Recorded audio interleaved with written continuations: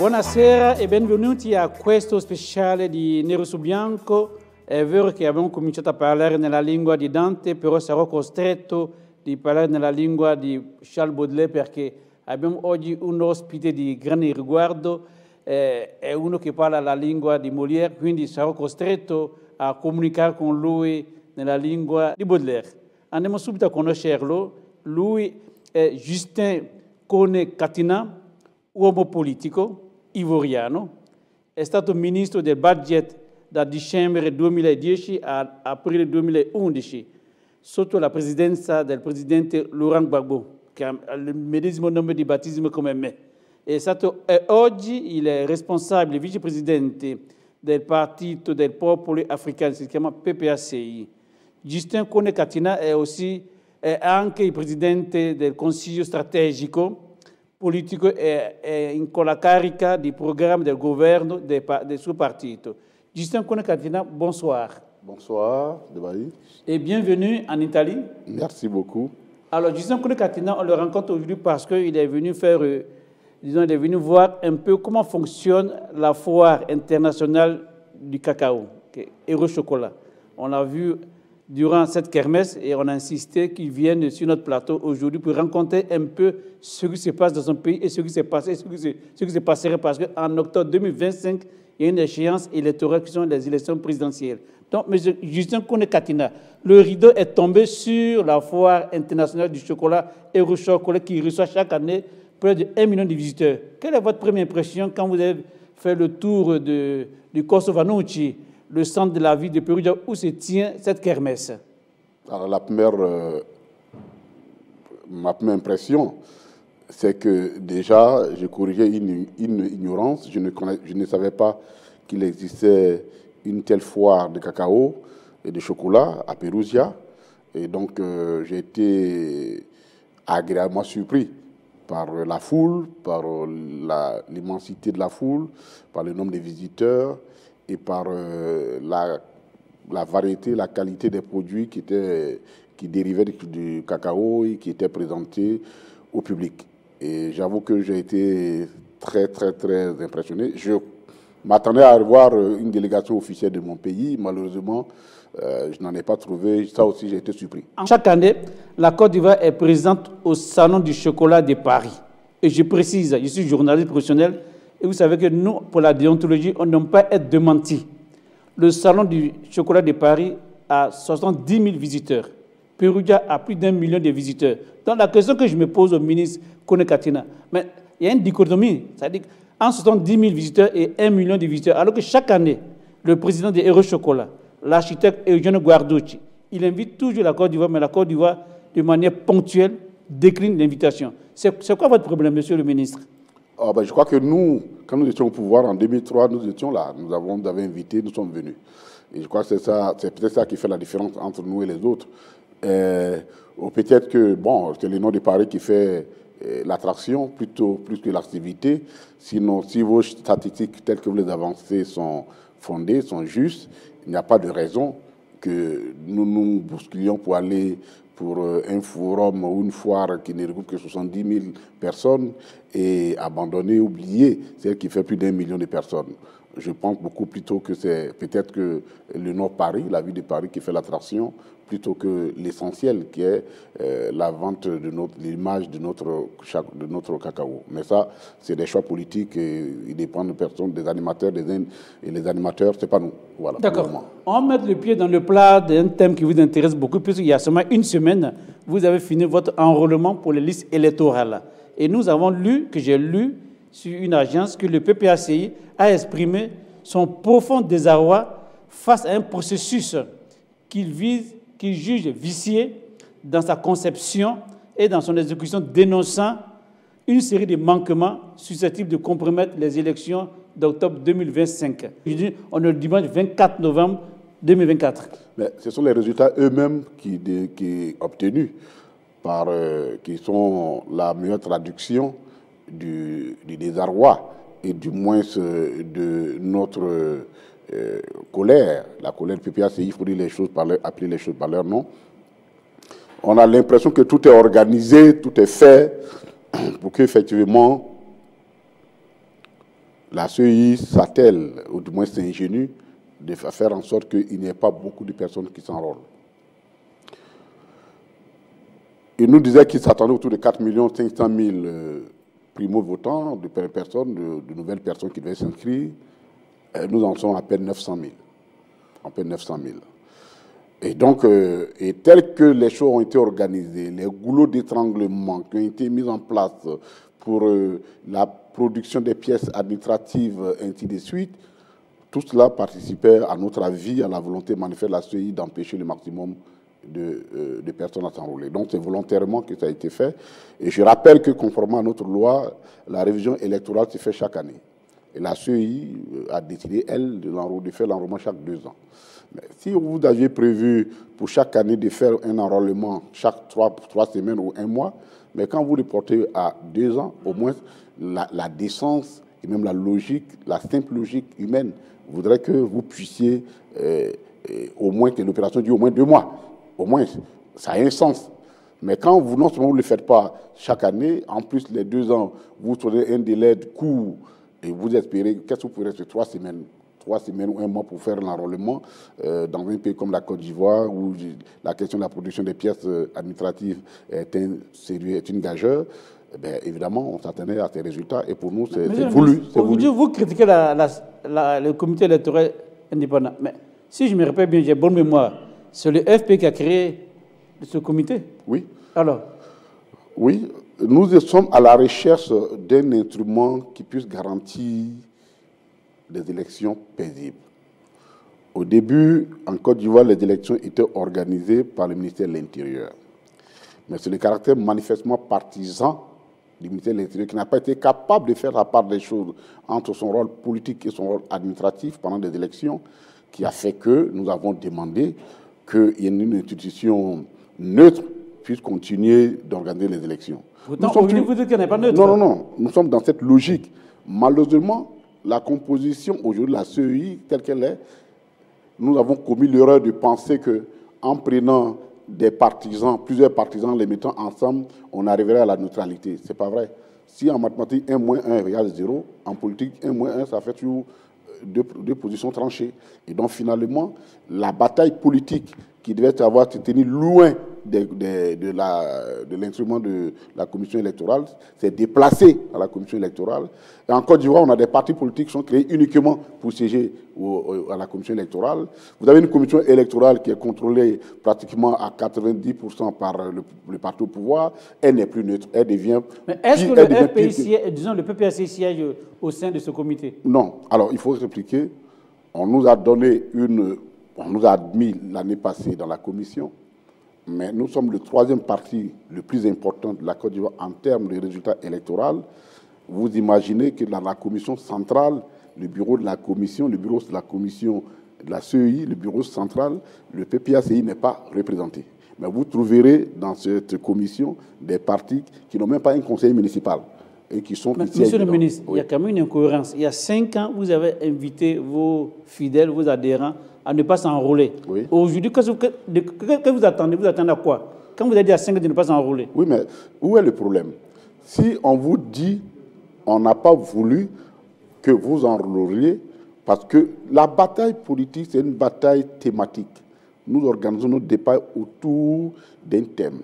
Il y a 5 ans, notre thème principal, c'était la libération du président Laurent Gbagbo, parce que nous estimons que son incarcération était une injustice qui fragilisait la cohésion sociale. Et on ne voulait pas se rendre complice, faire comme si tout va bien, alors que tout ne va pas bien, nous avions notre leader. Mais cela n'empêche pas, c'est parce que nous n'avons pas à nos gens de ne pas le faire il y a 5 ans, que la CEI va continuer, parce qu'elle, son rôle, elle est financée pour que le maximum de personnes. Si aujourd'hui nous appelons les personnes à venir s'enrôler, elles devaient donc applaudir des 2 bras et organiser de sorte que les gens puissent venir s'enrôler. Donc ce n'est pas parce que nous avons refusé, nous avons demandé à nos partisans de ne pas s'enrôler il y a 5 ans que ça justifie les manquements graves de la CEI. C'est 2 choses totalement différentes. D'accord. Mais un autre thème qui me surprend un peu dans votre attitude comme politicien, Gbagbo ou rien, c'est une attitude mentale qui est résumée dans le slogan ou rien, en abrégé, les GOR. Mais pourquoi Gbagbo ou rien? Ce n'est pas possible qu'un homme politique ne forme pas ses lieutenants, disons, ses dauphins. Gbagbo, aujourd'hui, il a plus de 80 ans. Il n'a pas plus de 80 ans. Il a quel âge? Gbagbo, il a 79 ans. D'accord. Mais... Comment on dit en latin? Errare humanum est. Oui, tout à fait. Allez-y. Alors, mais 79, 80, okay. Il y a un an de différence, monsieur Katina. Ce n'est pas la même chose. D'accord. On est d'accord. Au moins sur ça, on n'est pas... Non, j'ai reconnu. D'accord, c'est la même chose, on n'est pas d'accord. Alors, non. Comment non? Il faut que vous compreniez quelque chose. D'abord, il était à la CPI et il était candidat. Oui.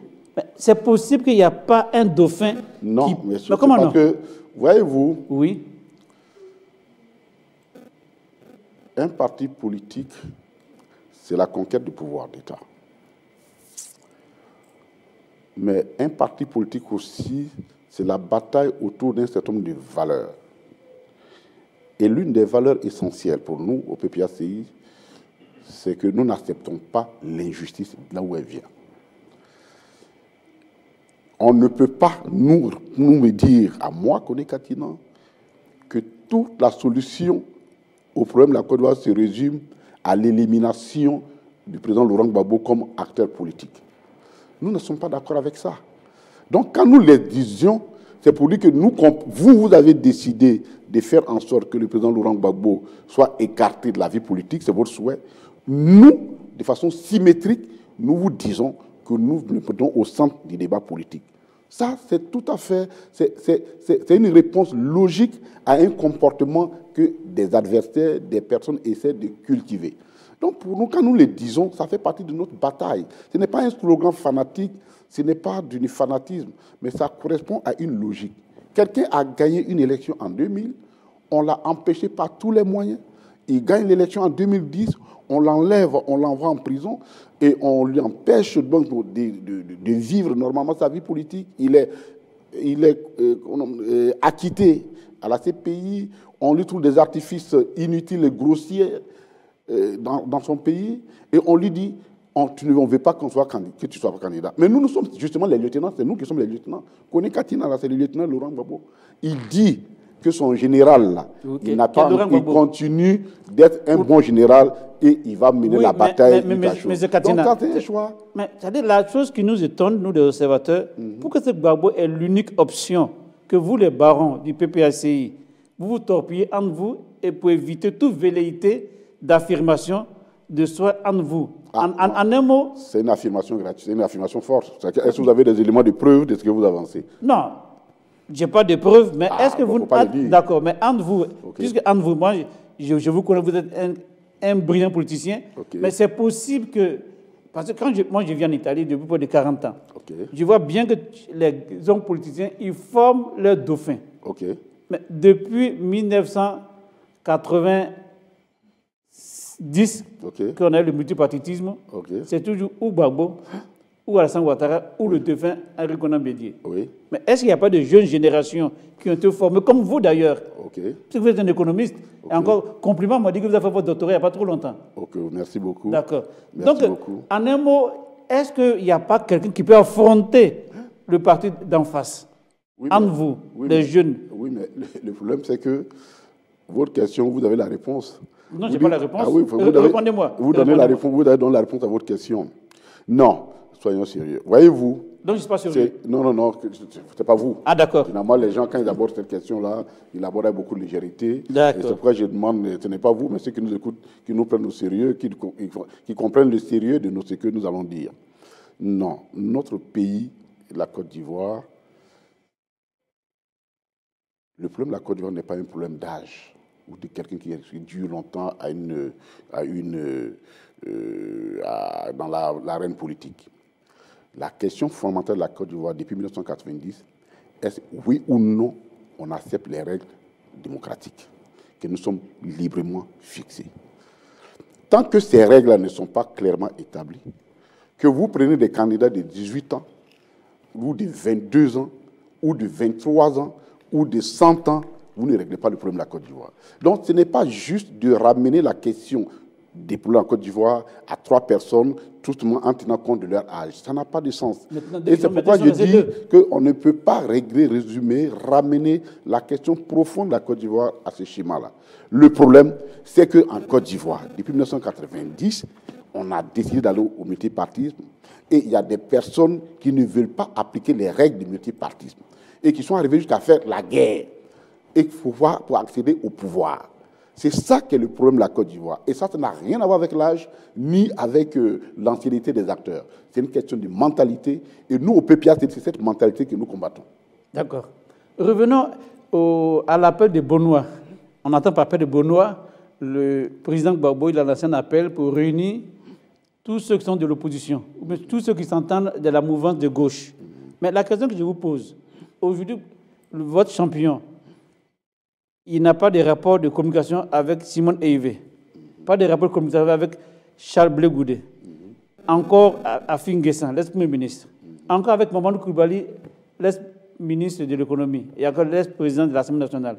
Comment est-ce qu'il peut penser et opter une coalition de ces personnages quand il n'y a pas de communication? Alors, je crois que vous n'avez pas compris l'appel de Bonois. Non, voilà pour vous inviter pour nous expliquer. Voilà, l'appel de Bonois n'était pas un appel à une coalition. Ah, d'accord.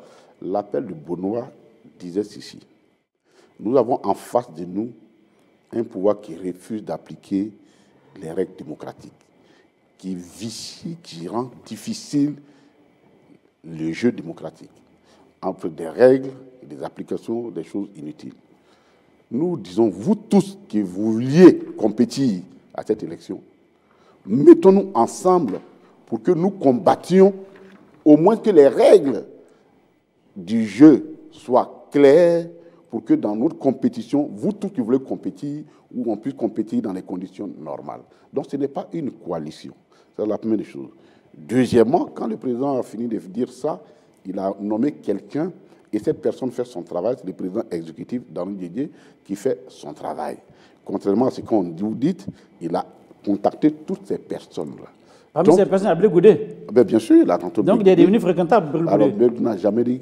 Alors, ça aussi, une grosse erreur. Oui, d'accord. On n'avait jamais dit nulle part que Blé Goudé n'était pas fréquentable. Les gens font une confusion. Je le répète, c'est que mais c'est mieux que vous, aujourd'hui, vous le clarifiez. On va clarifier, comme je l'ai clarifié il y a à peine 2 semaines. Je l'ai clarifié. Blé Goudé a créé un parti politique qui s'appelle le COGEP. Il est le président d'un parti politique. Donc, par nature, de façon évidente, il a créé son parti pour aller à la conquête du pouvoir. Comme le PPACI est créé pour aller à la conquête du pouvoir.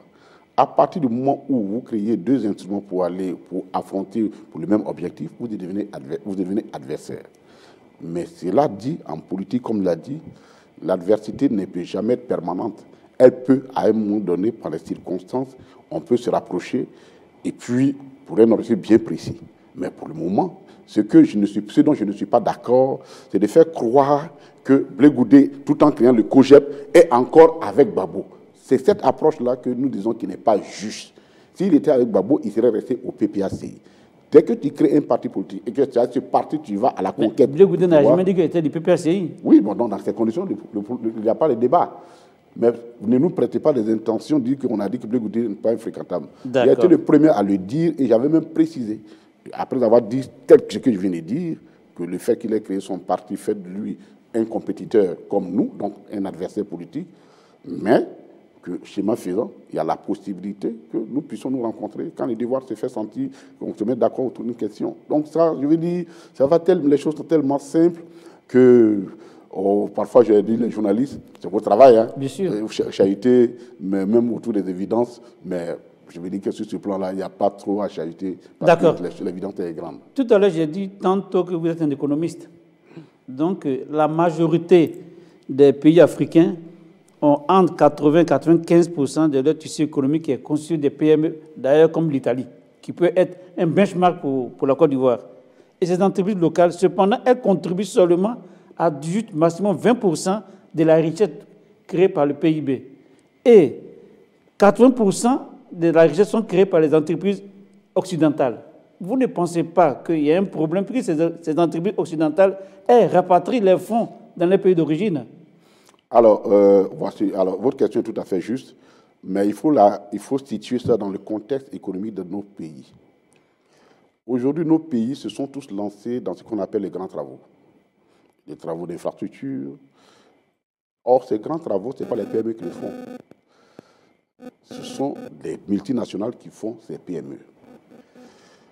Et économiquement, là où pourquoi nos PME n'arrivent pas à participer de façon évidente au PIB, premièrement, c'est parce que la nature de l'économie, c'est une économie de grands travaux. Donc, comme c'est les grands travaux, donc ça demande beaucoup de moyens. Donc, c'est les multinationales qui choses, de beaucoup de choses. La nature des conflits, les PPP, c'est-à-dire que partenariat public-privé, ça profite aux entreprises étrangères. À une économie dont le PIB est tiré par les grands travaux et porté par la dette, forcément, ça se fait au détriment des PME. Et donc, la question fondamentale, c'est qu'aujourd'hui, comment faire pour que ces PME-là, nous puissions les connecter directement avec ces grandes entreprises? Pour ne pas, comme vous l'avez dit, et tout à fait juste, que finalement, tous ces grands travaux-là, le retour sur l'investissement se fasse dans les pays d'origine et que n'ait pas d'impact réellement sur notre économie. J'ai toujours dit, et hier, j'ai regardé d'ailleurs une émission sur une nouvelle chaîne, je ne comprends pas l'italien, mais j'avais bien compris, il faisait la publicité des grands travaux qui ont cours ici en Italie. Et ces grands travaux sont tous réalisés par des entreprises italiennes. Et donc, ces entreprises sous-traitent avec... Chez vous, ce n'est pas le cas. Justement, c'est ça qui est notre problème.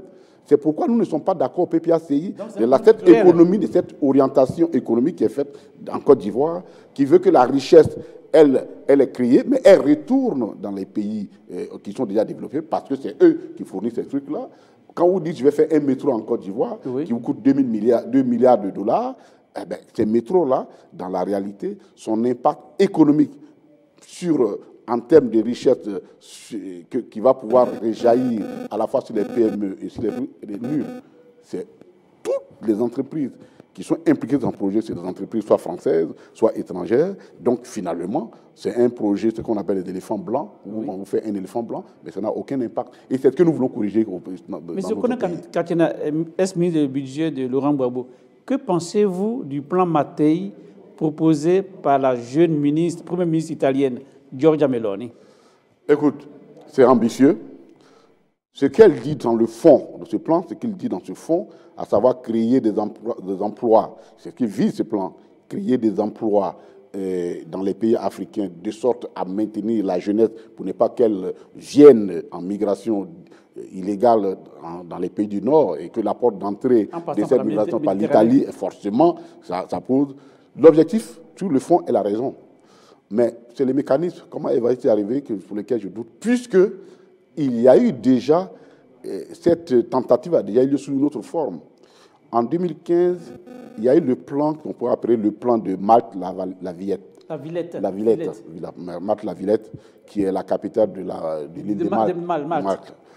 Et là-bas, l'Union européenne avait dégagé, au bout du compte, autour de 5 milliards, si je m'en tiens à leur chiffre, 5 milliards d'euros qu'ils ont donnés à ces pays. Et un pays comme la Côte d'Ivoire a reçu autour de 200 à 300 milliards de francs CFA.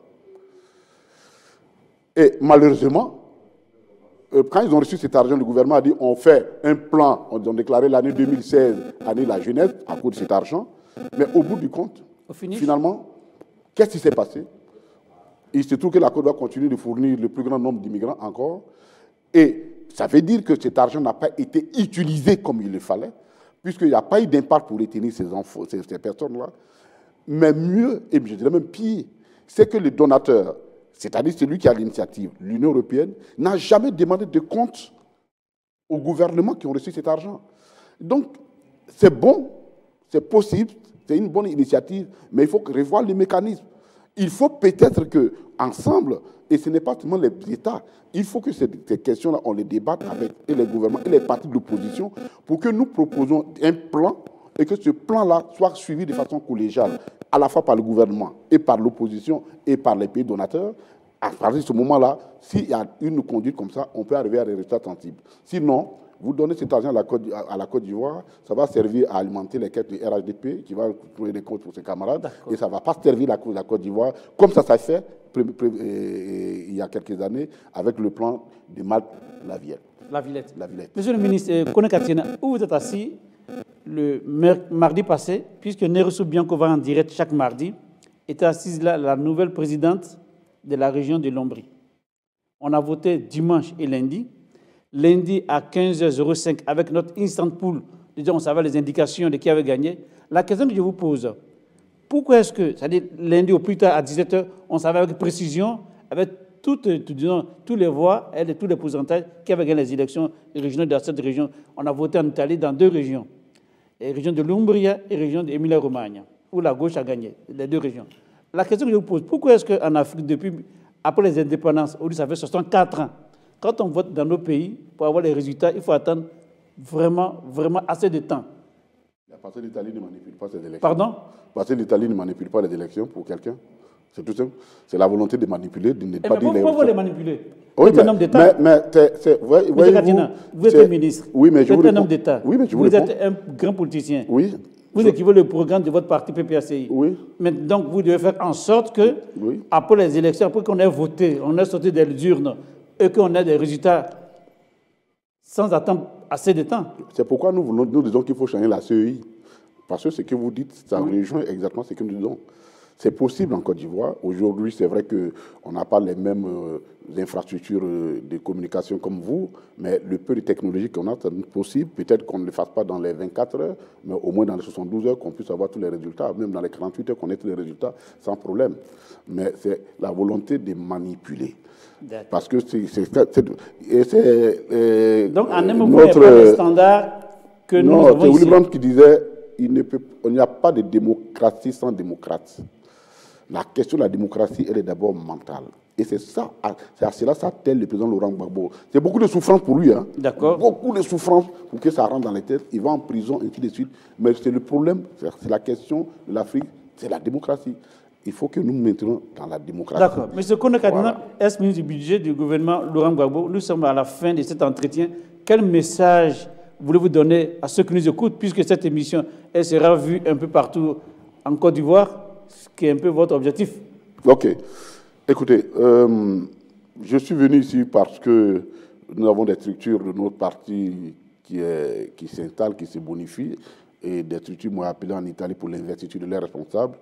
J'étais à Florence, après je vais à Vicenza, et je suis venu ici à Perugia pour visiter la foire et puis discuter un peu avec les chocolatiers.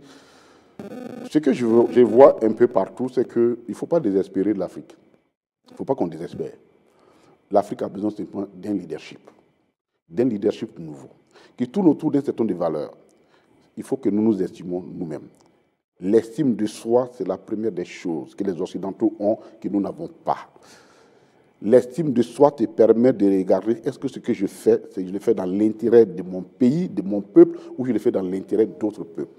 Malheureusement, en Afrique, ce que nous avons constaté en tout cas, c'est que beaucoup de ce que nous faisions, en tout cas ceux qui gouvernent, ce qu'ils font, ils le font dans l'intérêt des autres.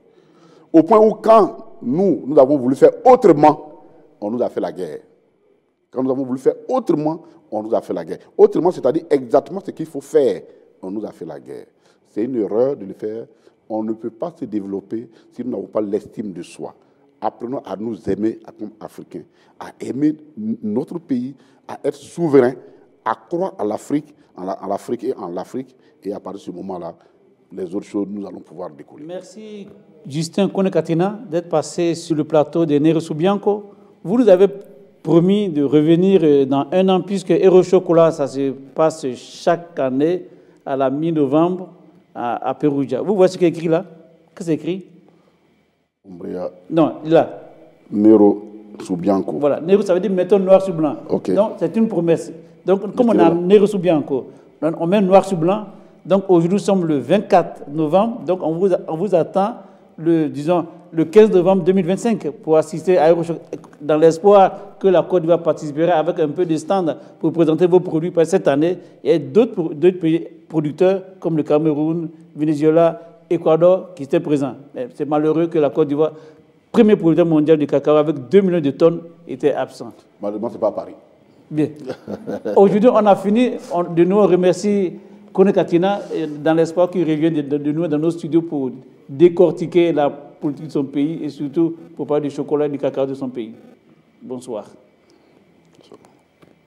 Chateau Dax amiamo stupirvi con il design, italiano ovviamente, con la qualità e il comfort dei nostri modelli. Tutto ciò che serve per farvi sentire finalmente a casa. Chateau Dax, la casa secondo te.